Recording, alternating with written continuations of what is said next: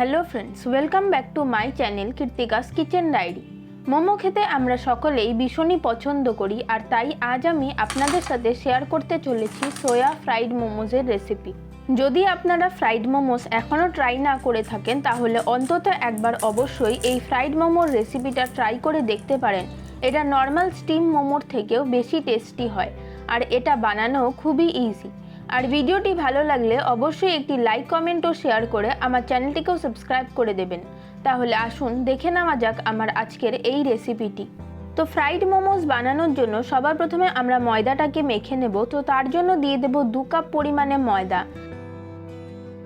দেব স্বাদ মতো নুন, আর দিয়ে দেব 2 টেবিল চামচ পরিমাণে সাদা তেল। এবারে সমস্ত কিছুকে একটু ভালো করে মিশিয়ে নেব।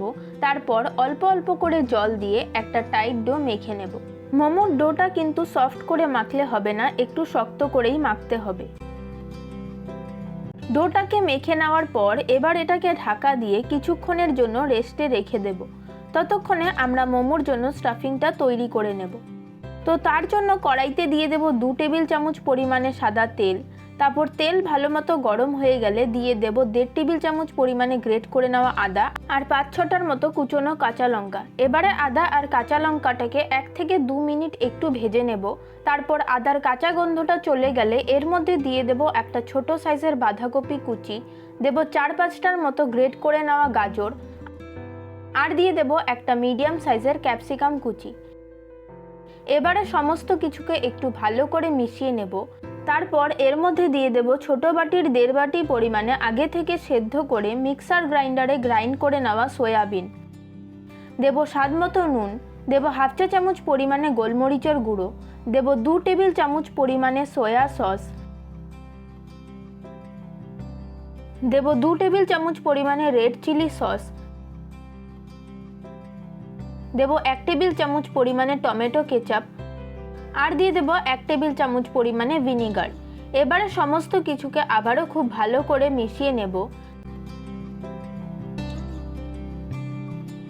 দিয়ে দেব 1 চা চামচ পরিমাণে লঙ্কা গুঁড়ো। তারপর সমস্ত কিছুকে মিশিয়ে 6 থেকে 7 মিনিট লো টু মিডিয়াম ফ্লেমে স্টাফিংটাকে একটু কুক করে নিলেই ফ্রাইড মোমোর জন্য স্টাফিংটা আমাদের একদম রেডি হয়ে যাবে।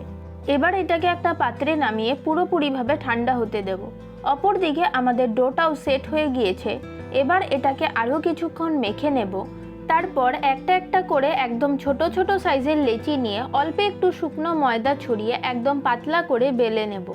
দেখতেই পাচ্ছেন আমি কতটা পাতলা করে বেলে নিয়েছি। এবার এর মাঝখানে অল্প পরিমাণে তৈরি করে নেওয়া একটু স্টাফিং দিয়ে দেব। তারপর এক সাইড দিয়ে ঠিক শাড়ির কুচির মতো কুচি করে নেব। তারপর আরেক সাইডটাকে আটকে দেব। ব্যাস তৈরি হয়ে গেল আমাদের একটা ডিজাইন। আরেকটা ডিজাইন দেখিয়ে দিচ্ছি। সেম একইভাবে পাতলা একটা রুটি বেলে তারপর মাঝখানে অল্প একটু স্টাফিং দিয়ে ফার্স্টে মিডলটাকে আটকে দেব। তারপর সাইড দিয়ে একটা কুচি করে মুখটাকে বন্ধ করে আবার উল্টে দিয়ে সেম রিপিট করব। তাহলেই দেখবেন সুন্দর একটা ডিজাইন তৈরি হয়ে যাবে।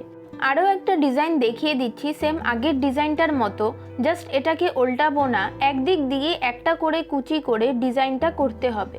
লাস্ট আরও একটা ডিজাইন দেখিয়ে দিচ্ছি। ফার্স্টে পেছনের মুখটাকে একদিক দিয়ে ধরতে হবে, তারপর দুদিক দিয়ে কুচি করে নিতে হবে।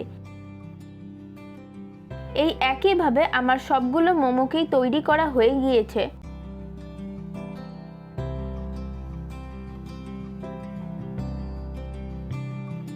এবার মোমোগুলোকে স্টিম করার জন্য একটা পাত্রে আমি বেশ কিছুটা পরিমাণে জল দিয়ে সেটাকে ফুটতে বসিয়ে দিয়েছি।